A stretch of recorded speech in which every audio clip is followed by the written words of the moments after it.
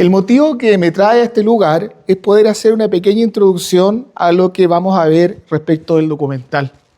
Estas son las reflexiones que vamos a ver en estos 8 minutos para las rutas aéreas patrimoniales. Y estas reflexiones son básicamente 3. Primero, vamos a hablar de la altura del proyecto como un modo de dominio del territorio. Después hablaremos del tejido de la ciudad, que yo suelo hablar de la urdimbre y de la trama, como si fuese un telar. Y finalmente vamos a hablar acerca de lo que significa una toma de conciencia respecto, ¿cierto?, de entender qué significa este proyecto y el grado de complejidad que posee. Para ello, entonces, nos vamos a sumergir primero en unas obras de arquitectura que son de las primigenias a través de la historia del hombre y de distintas situaciones geográficas. Me refiero a las atalayas, a los torreones y a los tambos. Todas estas estructuras, que originalmente son estructuras de mampostería o hechas en piedra, tenían como función 2 cosas en común. La primera es dominar el territorio a través de la altura. Ya el acto de empinarse y de superar con la mirada el horizonte nos permite, ¿cierto?, vislumbrar qué hay más allá.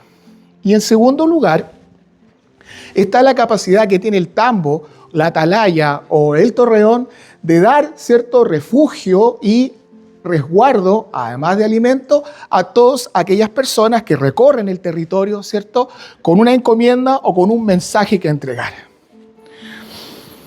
Estas estructuras se ven en distintos lugares del mundo y ahí podemos apreciar la más básica de ellas, que es la atalaya. Ya, por lo general, hay que entender que cuando uno desarrolla un camino, un trayecto, apenas 10-20 metros en la horizontal no se notan, pero si estos 10 o 20 metros los ponemos en la vertical, las cosas cambian. Estos asentamientos, como les contaba, estaban, ¿cierto?, a lo largo de todos los territorios, largo y ancho, en la Europa medieval, en el Medio Oriente, también en la América prehispánica.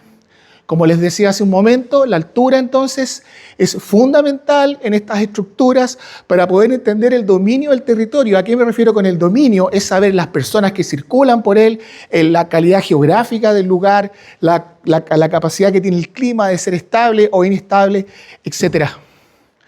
Entonces se conoce el territorio cuando se camina por él, ¿cierto?, en la horizontal, sube y baja, pero en realidad hay un dominio del territorio cuando uno toma altura.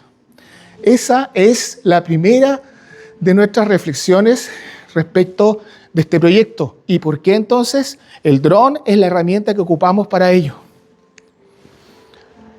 En segundo lugar, creo que es sumamente importante entender la figura del telar que pueden observar y de lo que significa la urdimbre, que por lo general son los hilos verticales, y la trama, que son las hebras que van, ¿cierto?, en la horizontal, entrelazando lo que podríamos llamar un manto.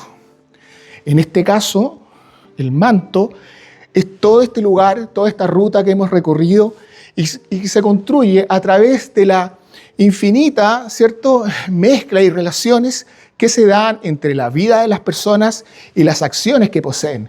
Es eso lo que va constituyendo el patrimonio material e inmaterial de un lugar.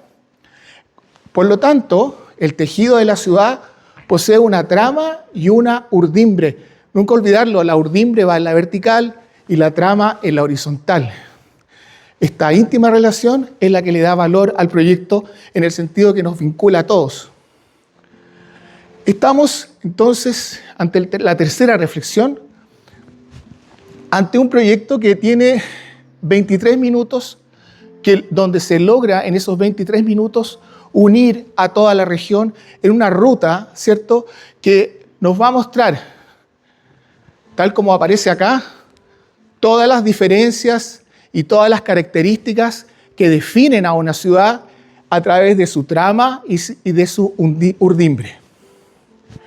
Esta red chilena de hitos patrimoniales de Valparaíso, entonces ahora toma una conciencia de sí misma mediante una herramienta de difusión digital de valor patrimonial que ahora nos pertenece a todos. Así que En ese sentido estamos súper conectados y tenemos un manto que vincula el interior como el exterior de la tejidura, de la tejiduría.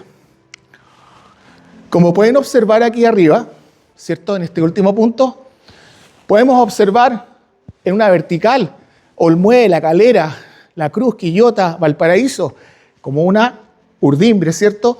Y en la trama aparece que era Alvarado, Niño Dios de las Palmas, La Dormida, Nuestra Señora del Rosario, etc.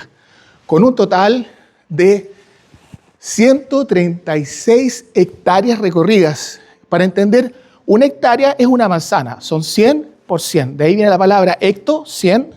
Así que cuando hablemos de hectáreas, piensen en manzanas.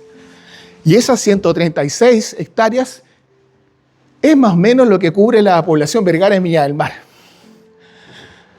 Bueno, esa es la reflexión, ¿cierto? Altura, tejido y toma de conciencia. Creo que es lo más importante, tener la capacidad, ¿cierto?, de poder asumir esto de esta manera. Por lo tanto, lo anterior termina por crear una identidad que es mucho más grande y más compleja que sus partes individuales. Es necesario entonces entender de esa manera el proyecto para poder superar las diferencias que naturalmente tenemos entre el tejido interior y el tejido del borde de este manto que hemos creado. Y por último, es necesario verlo con esa perspectiva para entender el testimonio de todos los que están aquí presentes, ¿cierto? Y saber el verdadero sentido que hay bajo o detrás de este proyecto. Estamos casi listos ya.